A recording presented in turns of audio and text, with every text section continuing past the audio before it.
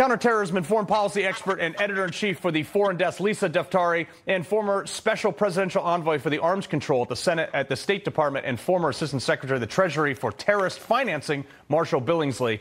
All right, Marshall, to you first on this. I don't think people realize what they're asking for or calling for.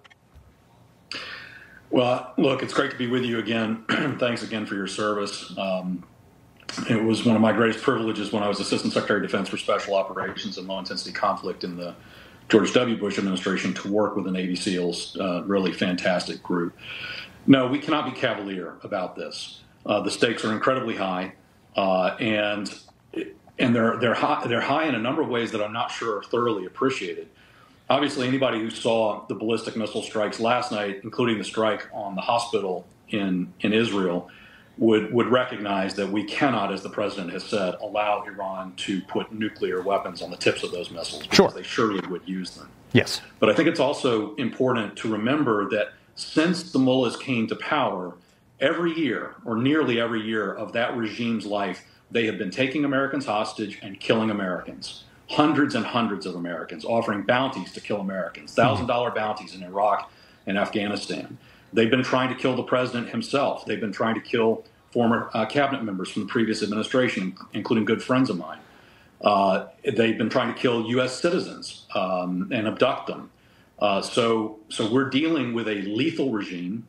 And it is, at the end of the day, it's the Ayatollah and the support apparatus around him that do pose an ongoing violent threat to the United States. And Lisa, I want to go more into that because while I was in Iraq, one of our primary missions was to counter Iranian influence in Baghdad and in and around Fallujah at the time. The IED that killed 3 of my friends right next to me was supplied and paid for by Iran. Nobody is having the conversation that we have never leveled the playing fields after they did that. Right. And that's exactly the point. This is not just Israel's war. This is, in fact, America's war as well. This is a core national security issue. Well, it's not America's war yet, but we have been consistently they have been at war with us since 1979. With all due respect, this is, I happen to be an Iranian. I've been following this file or this subject for 20 some odd years. And I will tell you this.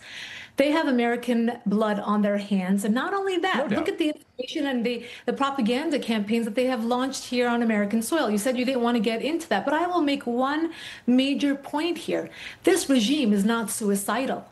You said yourself, they won't go toe-to-toe with us. Therefore, nobody's asking for boots on the ground. Nobody's asking for an escalation that will lead to World War III. This is all, look, we are all anti-war, but we can't be anti-reality. And the reality of it is, this is our war. And until we take off the head of the octopus, we've gotten a lot of their appendages, right? Hamas, Hezbollah, Syria, their insurgencies, Iraq, their insurgencies. They're in South America, at the footbed of America. They're trying to get into America by all means. So until we take care of this, and this is the most opportune moment we will ever have, we're only kicking the can down the road to deal with a bigger issue down the line. The other point I do want to make is that not all, you said and I wanted to touch upon this, is that Americans, for the most part, have PTSD about regime change or getting involved in the Middle East because of Afghanistan and Iraq, and that is very much respectable. I wrote an op-ed about this 2 weeks ago, but not all regime changes are created equal, and the Iran case is a very specific one. You're dealing with... No, but I'm going to stop you right there. The Iranian people have the duty to do the regime change. It can't be always America. 100%. And I'm not... Marshall, I'm not pushing for us to import any sort of regime change, but we do have to get rid of the national security threat that they are imposing on America and American assets. Marshall, let me give you this right now. Yes, these bunker busters could solve the problem. It would take dozens of these things to get through that mountain. However, Trump is essentially outsourcing this to Israel right now. Why not just let them clean this up? They will figure out a way to get to the bottom of that mountain. They will, and they're working on it, you can tell.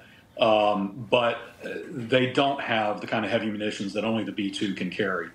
And so the question is sort of, how does this play out over what period of time? How long do we let this go? I mean, we are talking about a huge quantity of highly enriched uranium. We're talking about enough highly enriched uranium sitting at the bottom of that mountain to fabricate between 12 and 13 nuclear weapons within a matter of 2 months. So they went right up to the threshold of turning that HEU into the metal. They had a clandestine program that Israel struck involving scientists and engineers to complete the final elements of the weapon, the physics package to compress to cause the device to go. They were very, very close. I think the president is playing this exactly correctly at this stage. He's made crystal clear that they have to, in effect, surrender their nuclear weapons program, that there can be zero enrichment. The mullahs and the Ayatollah, it's on the table for them. If they don't take the deal, they have to pay the consequences. I completely agree. I think we're all in agreement here. Iran cannot have a nuclear weapon. Just how we get there is maybe Congress needs to start weighing in. Lisa, Marsha, we do appreciate your opinion on this.